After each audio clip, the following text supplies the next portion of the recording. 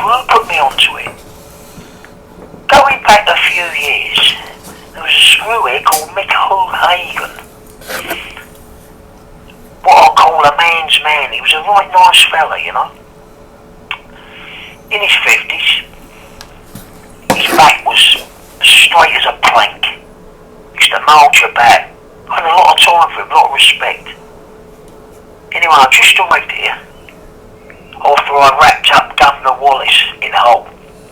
I wrapped him up like a Christmas turkey. He was the governor in Hull, see. Anyway, I've arrived here. Broken jaw, broken toes, broken ribs. I'm in a right mess. They bung me in the cage. After about a couple of weeks, when I've recuperated, this Mick Hagen come to me door. Cage door. He said, Charlie, you carry on like this, mate. You're never going to get out.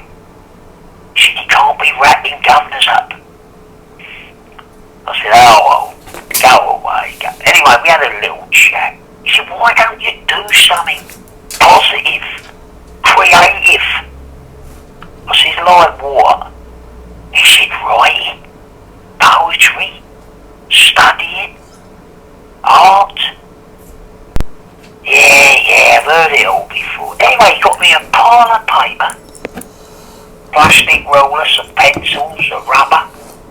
One of them plastic sets what you do circles with and things. And bear in mind, I was in the cage, and in them days you want to lack nothing. Absolute nothing. And I started dwindling and dwaddling. He used to come and see me a couple of times a week. How you getting on? I'd show him what I'd done. Well, from that day, I've now got 18 published books. I've won awards for me poetry, awards for me art, and the way I see it, I'm a born-again artist, and that's exactly how it started. Do you think if it hadn't been for Mike then, that you would be in the place that you are now? I mean, you've more or less rehabilitated yourself, haven't you, without any help? Well, that's another bloody good question there, Rod. I have rehabilitated myself, and I'll explain why. As you know, I killed off Bronson. I buried him in 2014. And the reason I done that, because he was causing me a lot of problems. Wherever I went, I was like Jesse James, the fastest gun in the West. Everyone wants to take me on, cons, screws, governors, just to get a reputation. So I thought to myself, time for a change. So I changed my name to Charles Arthur Salvador. And Salvador means saviour and a peace. And what a lot of people don't realise, I'm still in a cage. I'm still banged up 23 hours on the 24 day. But when I'm in sitting at my table, I get my pens and pencils out, my art, and I start creating. Bear in mind, everything I create is out of my head, my mind, my dreams, my feelings, my fantasies, my madness. Every piece of art I do is a little piece of me. I don't know where it comes from. I don't know how I've become what I am. I haven't got a clue. But if it wasn't for Mick Hagen, I may never ever have found that gift of life. So I'd say to everyone who's got a piece of my heart, respect it. Because it's a little piece of me. And I'm an artist. And I love life, I love people.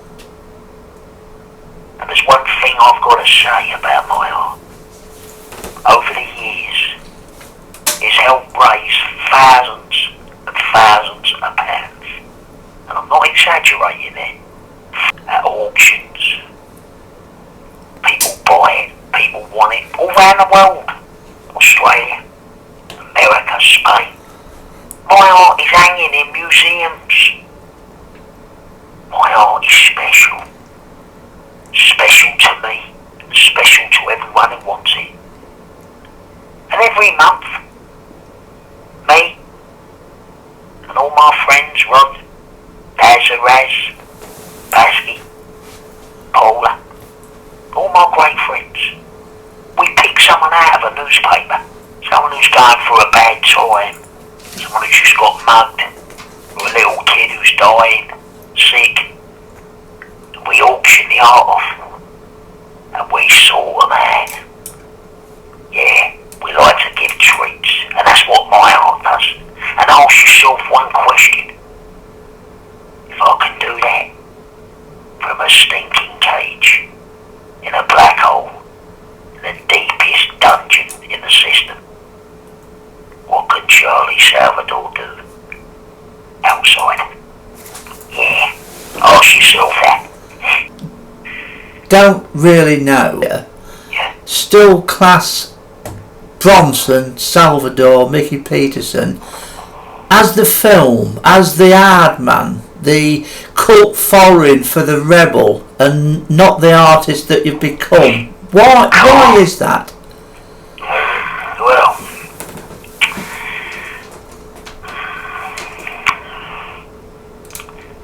I can only think of this. I've had 43 years locked up. I've smashed in 9 prison roofs. I've taken 11 hostages. I've chinned more guards and governors than anyone ever in the system, in the history of the penal system. And out of that 43 years I've spent putting, people only know me as that. A lot of people out there probably don't believe I'm an artist. They can't see how I've transformed all my negativity into positivity. And if I was to put myself in their shoes, I'd probably be the same. They'd probably still think I'm a nasty bastard. I don't blame them for that. But what they got to fucking realise is this. I'm now 65 years old. I'm an old age pension. I'm still in prison, a category A prisoner. Still labelled a highly dangerous being. But I'm an artist. I have changed. I don't want to be known as violent and dangerous. I want to be known as an artist. I like to go around the young prisons and talk to the youngsters. Try and put them off crying. Tell them, come on boys, you've got a gift. Find it, search it. Turn it into something beautiful. Singing, rap singing, poetry, art, writing. Find something you enjoy doing. Stop throwing your life away. Because one day in prison is one day too long. Yeah, that's a fact. Yeah. Your time and your experience in prison, you express yourself through your art. If you look at the statues and the sculptures that Jimmy Boyle does, he was violent, he would slash somebody without thinking about it, the reputation is there. It was a screw that gave him a pocket knife and put trust in him. But even today, you can still see the dark side. Would you say that your art would not be the art it is without the experience of the last 40 years? Well, I've always said everything that happens for a reason. And I met Jimmy Boyle, by the way. I was on telly with him a few years back.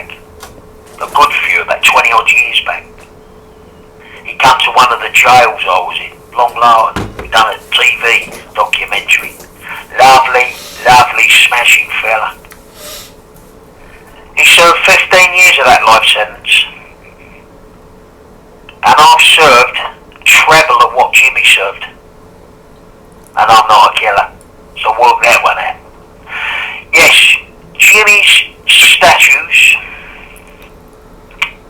I would say, come from the dark corners of his mind, where he was brutalised and tortured. Charlie Salvador art? Well, let's put it to this. I always say, you've never lived until you've been in a straitjacket. You've got to be in that straitjacket to know what it's all about. Inside that padded room. I was certified insane. I've won up on most people. Because to get out of places like Broadmoor, Rampton and Ashworth asylums, you've got to be certified sane. So I've got a certificate to say I'm sane. But I can turn all those brutal, mad, insane years into beautiful art. Yes, I will admit my art in everyone's cup of tea. But if you search my art, you will find me. Because I'm in every piece of art I create. And so's the system. Yeah, I'm an artist. Born again. Some people find Jesus. Some people find religion. Some people sit on their fat asses, stuffing their mouths with cakes and biscuits. Me, I found art. And I love it. It's my love of life. Yeah, I'm in love with art. Would you say that your art is bad for your health? Because if you go through a lot of your art, you could have an heart attack because it's so powerful. Would you say that's a true representation of your art? Be careful, you own my art. There could be an heart attack. You're trying to twist my balance here, man. Let me tell you. This Halloween 2017, there's a book coming out called Heart Attack. And it couldn't have been possible without me old China, Ron Harrison. And respect to Steve Wraith up in Newcastle, because he's taking it. He believes in Heart Attack and he believes in me.